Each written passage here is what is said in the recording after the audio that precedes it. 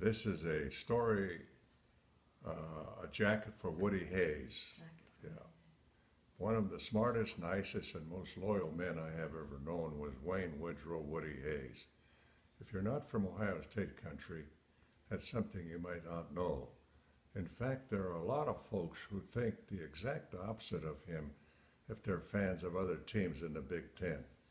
When I came back to Columbus to work my new territory for Twyman Templeton, Woody, who became a head coach 2 years after I finished at Ohio State, would call me and ask me to come to summer practices if I could make it, or ask me to pay him a visit at his office at St. John's Arena.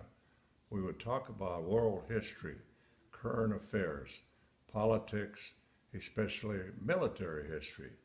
We had these conversations for decades, really. We spoke very little about football. We spoke about the war sometimes, but it was mostly about how united the country had been. Woody had risen to the rank of lieutenant commander in the Navy after enlisting the summer before Pearl Harbor. It's like he knew a world conflict was about to erupt, and he wanted into the fight on his own terms when it started. He commanded a subchaser in the South Pacific, then a destroyer escort in the Atlantic during the war. One of the things that initially brought us so close, besides the fact that I'd been a Rose Bowl winning quarterback and all that, was that Woody's subchaser had been guarding the approach of the Navy's vessels moving into position in the Palau Islands during the invasion of Peleliu.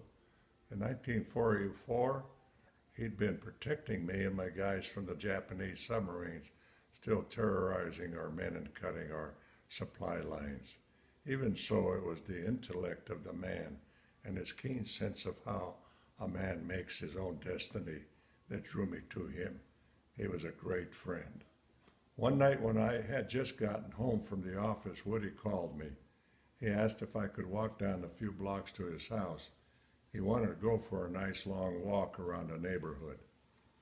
I relished the opportunity. I told Janice where I was headed and threw my camel hair sports jacket over my arm. It was a cool spring night. The wind yanked at the treetops along my walk to Woody's house. Nearing his driveway, I tightened my loose hanging tie and put on my jacket. As I reached for the brass knocker, his door opened. He stood broad-shouldered in the door and smiled an infectious grin at me. He invited me inside. I said hello to his sweet wife, Ann. But Woody was anxious to get going, and before I knew it, we were stride for stride into the setting sun on our walk through Upper Arlington. He talked about his admiration for Alexander the Great. Woody knew I was born in Macedonia. He described how Alexander made it all the way to India in 5 years of fighting, holding his army together with sheer leadership. We discussed how Alexander knew it was time to turn back for Macedonia after the traumas and losses of the victory over the Raj. That battle struck a nerve with Woody. Alexander had constructed rafts for the cross river by the companion cavalry and the rest of his army. Woody had studied the battle. He'd read everything he could get his hands on about every war effort ever fought. The wind stiffened and the temperature dropped as we turned back towards the house. I buttoned up as best I could. Woody never touched his open windbreaker. In fact, he was breaking a sweat on the way back. As we said goodbye at the curb, he stroked my camel hair sleeve. "That's a wonderful coat, Pandel." "Thank you, Coach." A couple of days later, I stopped by the Hayes house and talked to Ann. I wanted to know Woody's jacket size.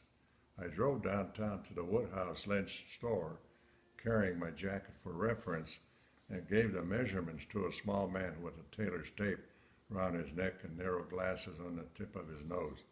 I was tempted to tell him who I was buying it for, but I didn't. Woody called me about 2 weeks later and asked me down to his office for lunch. When I walked through his open door, I saw he was concentrating on some paperwork on his desk. I lifted the plastic wrap from the new camel hair coat and held the hanger at a shoulder height as he looked up. "What in the world is that, Pan?" "It's a present." "Gosh, it's just like yours." He tried it on as I held it for him. I wanted you to have one just like it. Thank you, Pandel. Woody sat across his desk from me in the jacket. He handed me a thick ham and cheese sandwich from his paper bag. He tossed a bag of chips at me as he started on his meal. Ann makes a great sandwich, he said as I chewed. I've got more here if you want another.